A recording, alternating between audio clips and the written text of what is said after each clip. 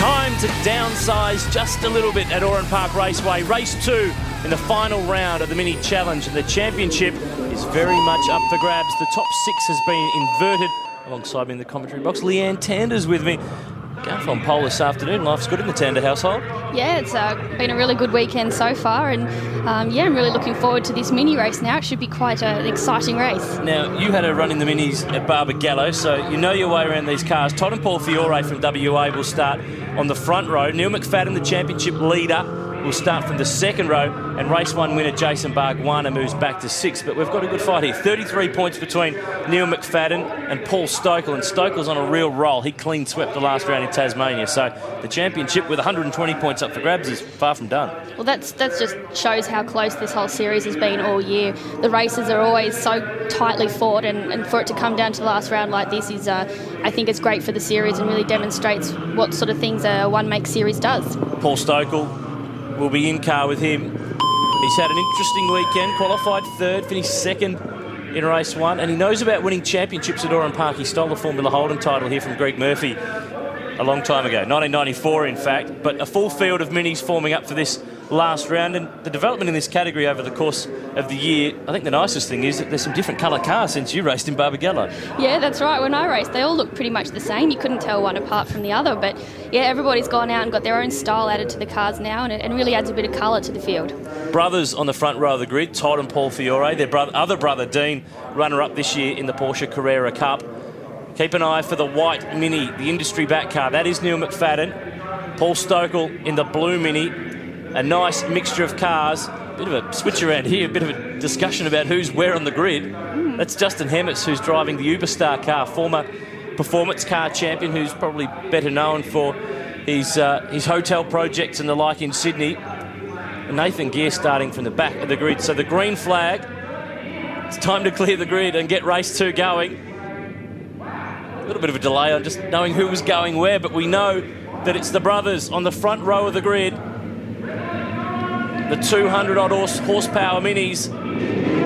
Front-wheel drive, turbo kicks in, and it's Todd Fiore from pole who makes the best of the jumps. Yeah, great jump from Todd, but looks like I reckon he's missed a gear. He's missed a gear there because Paul's just gone straight down the inside. Oh, he's being swamped now. Neil McFadden up the inside, contact in the background. Stokel gets into the side of Todd Fiore. Jesus, lucky to escape more damage. That was tight. Justin Hemmetz and Rob Graham got together there, but I think we got away with that.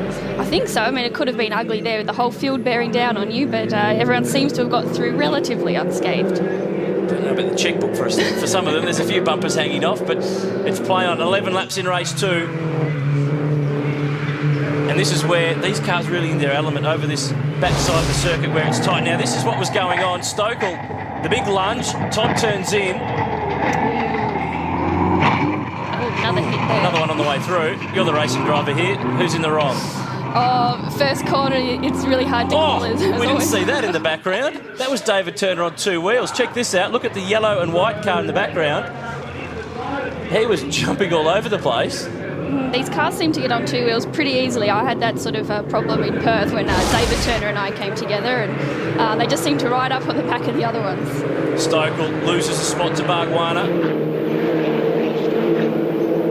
Front-wheel drive Mini. Look at this, banging wheels down the front straight. Stokel and Bargwana. Not the thing to do. Oh, why not? I mean, it's racing, isn't it? It's the last race of the year, why not? Exactly, nothing to lose for Bargs. Bargs is actually clawing his way up for a guy who didn't... Oh, David Turner out of control at turn 1. But Bargs, of course, was a bit of a late starter. He ran the first round at Eastern Creek, missed a few, and came back with his own team. He's been clawing his way up the championship points ever since. He's really worked his way up. He's 5th actually coming into this race and could actually claw back a few more points and a few more positions. So it's not over until it's over. Here's Todd Wanless back after missing the last round at Symmons Plains when Paul Morris filled in for him. But this is a really good part of the circuit. Across the bridge, and you really have to get the car to flow. Oh, absolutely. That's a vital part of this track, is floating the car from the bridge all the way around to the dogleg. And in these minis, the most important thing is to have the car as straight as you can, because you get a fair bit of wheel spin on the inside front. So it's really important to get the car straight and get as much acceleration out of the corner as possible. And mean, the V8 supercars, we watched them in qualifying. They pound across the curbs and the concrete and the grass. The Minis are a bit more respectful to those curbs. Yeah, I guess that comes from their size. They're only small cars after all, and I think the lap times they're doing really shows how great a little car they are. Paul Stokel just with a little bit of bodywork hanging off there, not too much of an issue. Paul Fiore is the man leading the way. Neil McFadden, second from Scott Bargwanna. This is the view looking back from Stokel to Todd Wanless. David Stillwell just in the background, having a great weekend so far.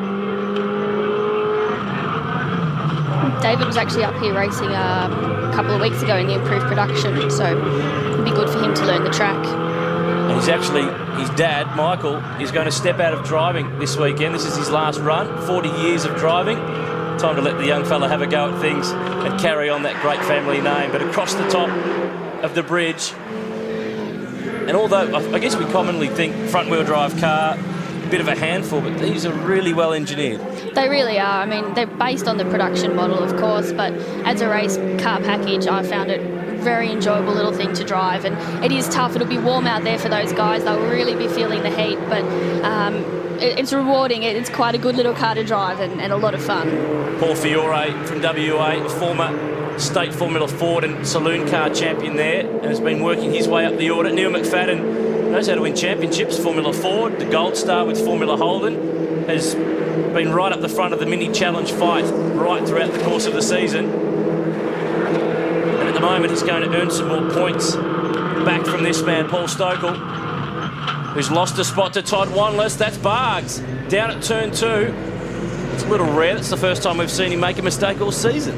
Maybe the heat's getting to him. He's a little bad at effects sometimes. But that streak that he had going in the last few rounds just in way too deep, and he nearly took out his cousin Scott. That would have been fun Christmas lunch, wouldn't it? Now this was Todd Wanless making a move on Stokel over the top of the dog leg. Clean move in the end. Yeah, great move. These are really good cars under brakes, so it really allows you to use the brakes and really pass under brakes. David Turner not using the brakes there, used a bit of the grass. Having a bit of a moment. A bit of the curb and a bit of everything else, but it's still the fight between Fiore and McFadden. They've cleared away from the Bargwannas. Todd Wanless next in the lineup.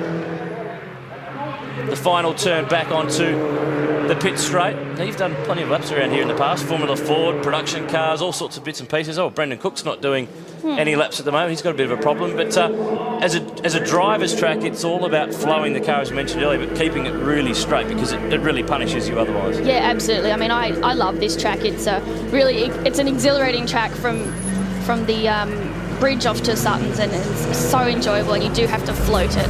Paul Fiore, he's floating it better than anyone at the moment. He leads the way. There's a mistake from David Stillwell. Mini challenge at Oran Park.